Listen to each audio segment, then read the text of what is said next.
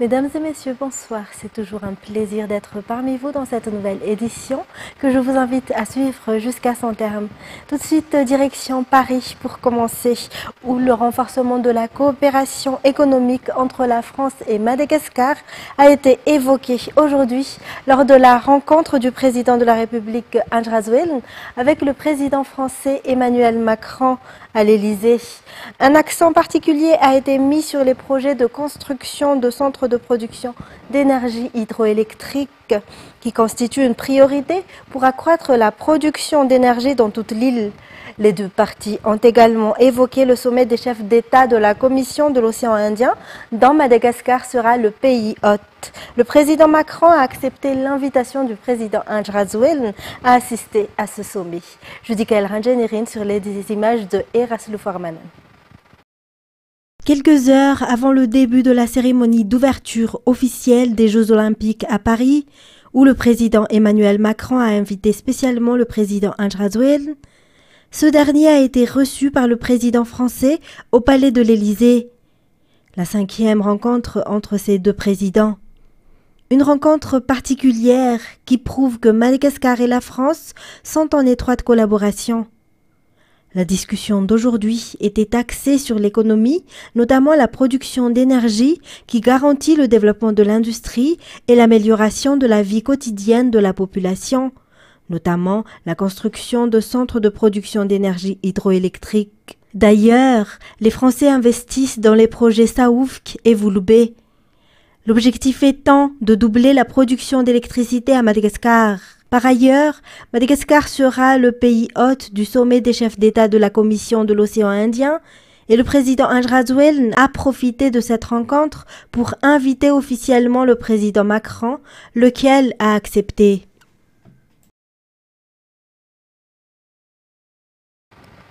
Nécrologie à présent. Souza Jean-André dit Khaled a rendu l'âme hier à l'âge de 78 ans. Il est connu en tant que politicien et opérateur touristique dans la région d'Ambossar-Atsim. Ancien sénateur, il a récemment occupé la poste de conseiller spécial du président de la République Andrzej. Les détails. Souza Jean-André dit Khaled était connu sur son franc-parler et sa droiture. Il est apparu pour la dernière fois dans le journal de Viva le 19 octobre 2023 pour condamner Mark Ravalomanen, dont le comportement a entraîné la blessure d'une partisane TGV à Andavamin, la veille. Rappelez-vous, la voiture de cet ancien président a percuté cette femme lors de la campagne pour la présidentielle. Souza Jean-André était présent sur la scène politique depuis la Deuxième République. Il était conseiller communal et aussi conseiller provincial à l'époque. Il était également conseiller spécial de plusieurs premiers ministres. De 2001 à 2007, il était sénateur de Madagascar et vice-président du Sénat. Et député élu à Fort-Dauphin. Il a fondé le parti Liarek. Depuis 2022, Khaled a occupé le poste de conseiller spécial du président de la République Andrzej. Khaled était aussi un opérateur touristique. Il avait fondé le groupe Khaled, plus connu dans le domaine du tourisme et de l'hôtellerie. Le pays perd un être cher. Le monde de la politique, de l'entrepreneuriat et de la région d'Anos est en deuil. Khaled est décédé hier à l'âge de 78 ans après avoir été hospitalisé depuis plusieurs jours à la polyclinique d'Ilafi. La présidence de la République, sur sa page, a présenté ses condoléances à la famille endeuillée.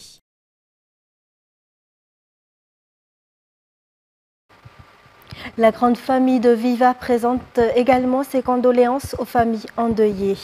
Et dans un tout autre sujet, deux sociétés sont actuellement en course pour la gestion du téléphérique. L'une des conditions du gouvernement est la formation des Malagasy qui y travailleront, selon le secrétaire d'État chargé de la nouvelle ville. D'autre part, il est également possible d'envisager la création d'une centrale électrique spéciale alimentant le transport par câble et le train urbain, a indiqué le SENVH. Natera Koutoumaf pour plus de détails. Les 7 stations de téléphérique reliant Anous et Mbatoubé seront opérationnelles d'ici le début de l'année 2025, selon les techniciens. Si la ligne Anous-Souarane le sera déjà avant la fin de cette année, car tous les tests ont été réalisés et ont été concluants. Selon le secrétaire d'État chargé de la nouvelle ville et de l'habitat, SENVH, Gérard Ndjiamanouissou, le gouvernement est en train de finaliser son choix entre les deux sociétés en lice pour la gestion du téléphérique. L'une des conditions exigées par le gouvernement est la formation des Malagasy qui y travailleront, car c'est un nouveau projet pour nous. Concernant le prix des tickets, un tarif social de démarrage, 3 000 ariars, est envisagé. D'autre part, étant donné que le téléphérique nécessite de l'électricité, la construction d'une centrale solaire est envisagée pour le téléphérique et le train urbain, a déclaré le SENVH. Il convient de noter que les travaux sur la ligne 1 reliant Anous et Souarane sont entièrement achevés. Le SENVH est actuellement en train de terminer les travaux sur la ligne 2 reliant Souarane-Ivange et la ligne reliant Ivange à Mbatoubé.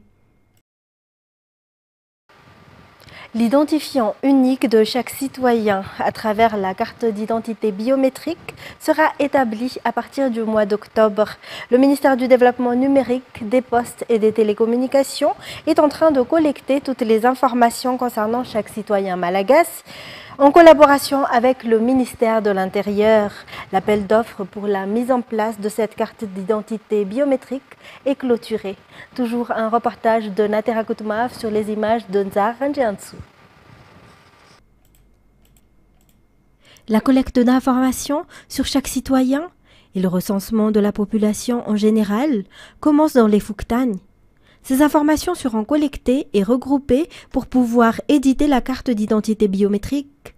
Il faut également renouveler les équipements utilisés par les Fouktagnes pour atteindre la digitalisation. Une couverture nationale du réseau Internet est incontournable à cet effet. En effet, les Malagasy ne peuvent pas utiliser l'identifiant unique sans connexion à haut débit. L'objectif du gouvernement est de couvrir de 4G 80% des districts, communes et Fouktagnes. Pour rappel, le gouvernement a facilité l'accès aux opérateurs de télécommunications pour atteindre plus facilement l'objectif d'une couverture à 100% du réseau Internet sur toute l'île. Le gouvernement a également permis l'entrée d'un opérateur qui exploite le satellite d'exercer dans notre pays pour atteindre cet objectif. Et actuellement, un enfant sur 2 est encore victime de malnutrition chronique à Madagascar. L'objectif est de réduire le taux de mortalité infantile dans toute l'île à travers les programmes de lutte contre la malnutrition. Près de 60% des centres de santé de base prennent déjà en charge des enfants qui souffrent de malnutrition dans toute l'île pour atteindre cet objectif, en plus des tâches effectuées par les nutritionnistes. Oubrasa Manan Anzara Zonarvelu. La malnutrition à Madagascar prend deux formes différentes. D'une part, il existe la malnutrition chronique qui touche près d'un enfant sur 2 à Madagascar. Il s'agit d'une forme de malnutrition qui nécessite un suivi dès la grossesse si l'on sait davantage que la mère souffre déjà de la malnutrition. Cela aidera à prévenir la gravité de la maladie d'après les informations. D'autre part, il y a aussi la malnutrition aiguë qui survient chaque année dans la partie sud de l'île. L'objectif du ministère de la Santé publique est de réduire le taux de mortalité infantile à travers des programmes de lutte contre la malnutrition. Ainsi, parmi les efforts qui ont été déjà faits à cet égard, figure la mise en place de spécialistes de nutrition au sein des CSB de toute l'île. 60% des CSB2 en disposent actuellement.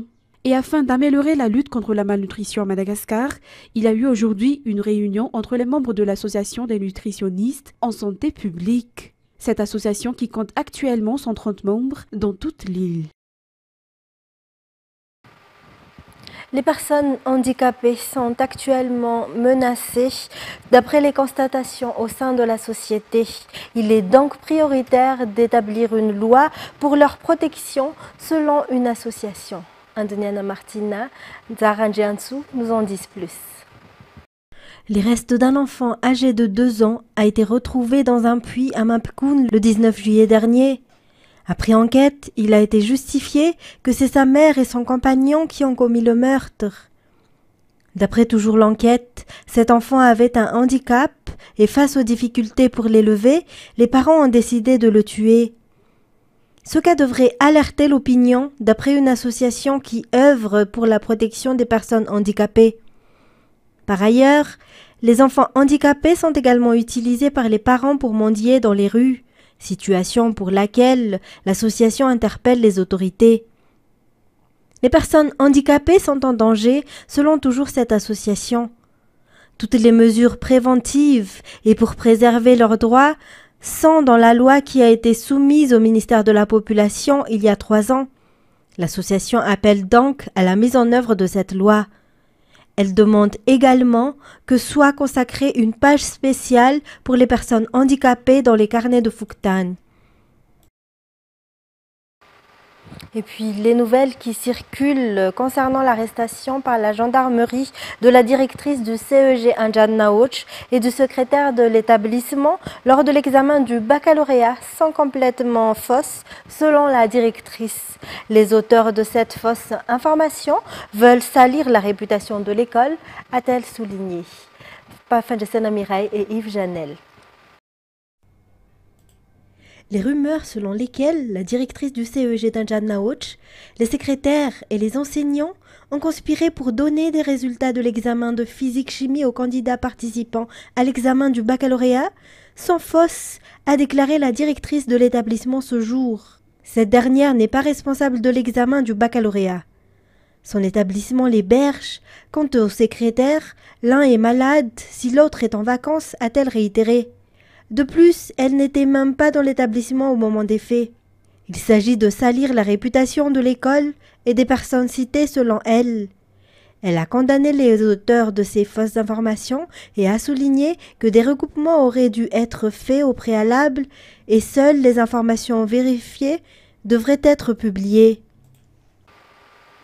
En sport, la compétition de foot Yoff Samptana International Tournament pour les moins de 11 et les moins de 13 ans a débuté aujourd'hui.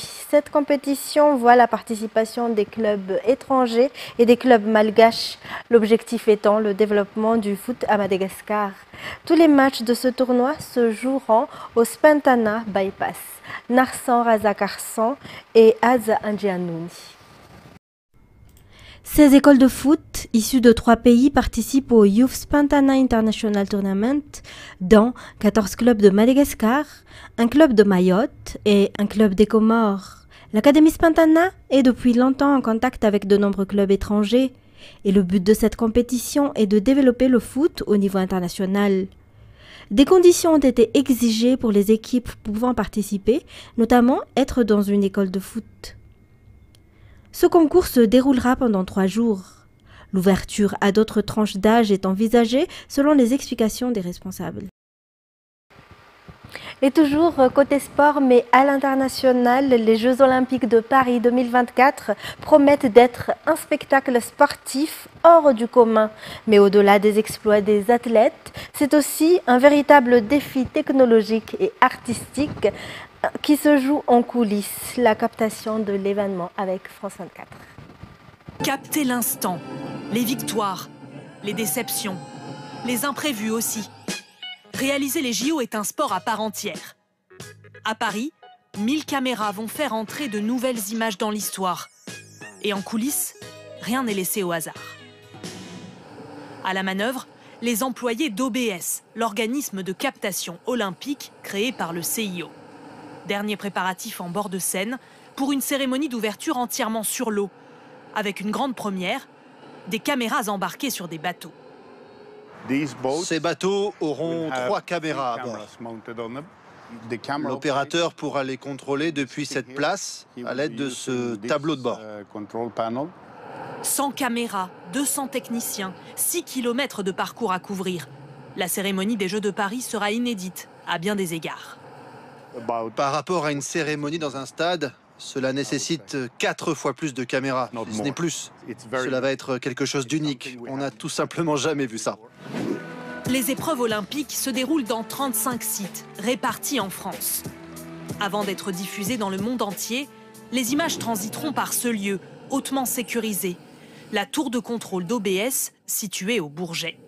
Une immense régie qui fonctionne presque 24 heures sur 24 et fournira 11 000 heures d'images aux médias pendant les JO. Cela inclut bien sûr les 3800 heures d'épreuves en direct, mais aussi 7000 heures de reportage, de coulisses, les zones mixtes où les athlètes donnent des interviews.